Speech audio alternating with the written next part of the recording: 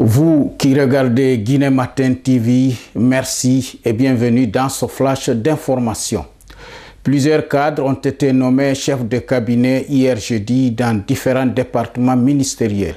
Parmi ces cadres figure Dr Diao Baldé, président de l'Union pour la Nouvelle-Guinée et vice-président de l'Alliance nationale pour l'alternance et le développement ANAD.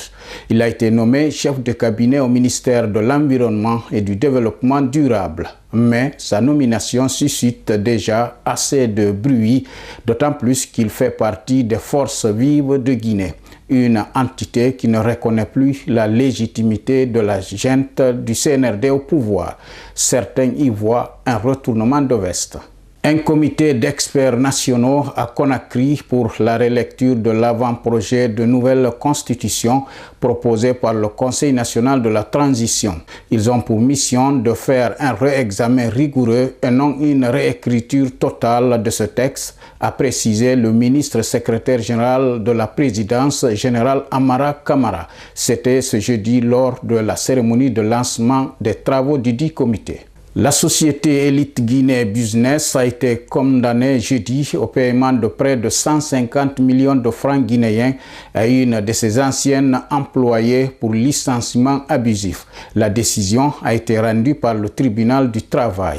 Cette juridiction estime que la société Elite Guinée Business Service n'a pas respecté les normes légales en matière de licenciement dans la rupture du contrat avec Madame Salioudian Diallo.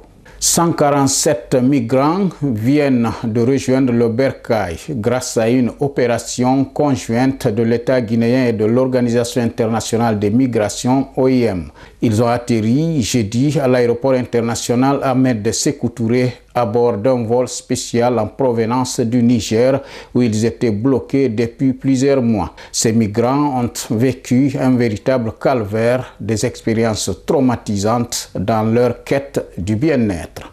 Sur le continent, en Côte d'Ivoire, l'ancien patron de la cellule antidrogue du port autonome d'Abidjan et deux autres officiers viennent d'être condamnés à 5 ans de prison.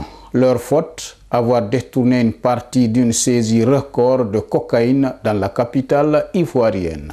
Enfin, dans le monde, le président Donald Trump a une nouvelle fois remis en cause jeudi l'engagement américain au sein de l'OTAN, estimant que les États-Unis ne devaient pas venir au secours des pays qui ne dépensent pas assez pour leur propre défense.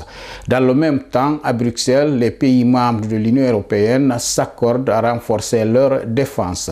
Ils réitèrent aussi, à l'exception de la Hongrie, leur soutien à l'Ukraine. C'est tout pour ce flash d'information. Merci de l'avoir suivi.